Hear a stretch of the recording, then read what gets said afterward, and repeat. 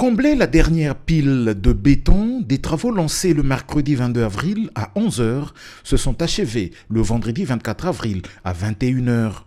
Cela après une mobilisation ininterrompue des ressources humaines et matérielles.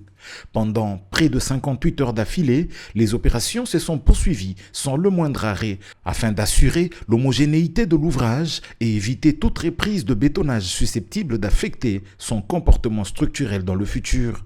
Un dispositif organisationnel en rotation continue a été mis en place, impliquant l'ensemble de l'équipe du projet, permettant d'assurer la continuité de l'approvisionnement en béton, le contrôle permanent des paramètres de mise en œuvre, la gestion des équipements de vibration et de mise en place. Le volume total de béton mis en œuvre s'élève à 1120 mètres cubes.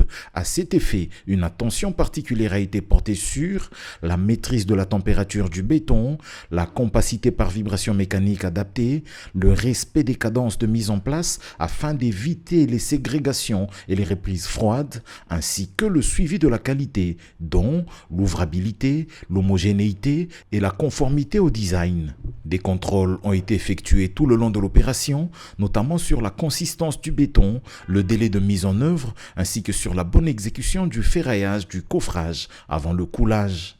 À noter qu'aucun incident n'est à déplorer lors de cette opération qui conclut ainsi l'étape des assises du pont de Tchaloué.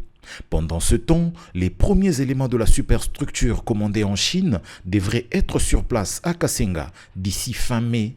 Prochaine étape sur chantier, la mise en œuvre des colonnes et des poutres qui vont accueillir la superstructure.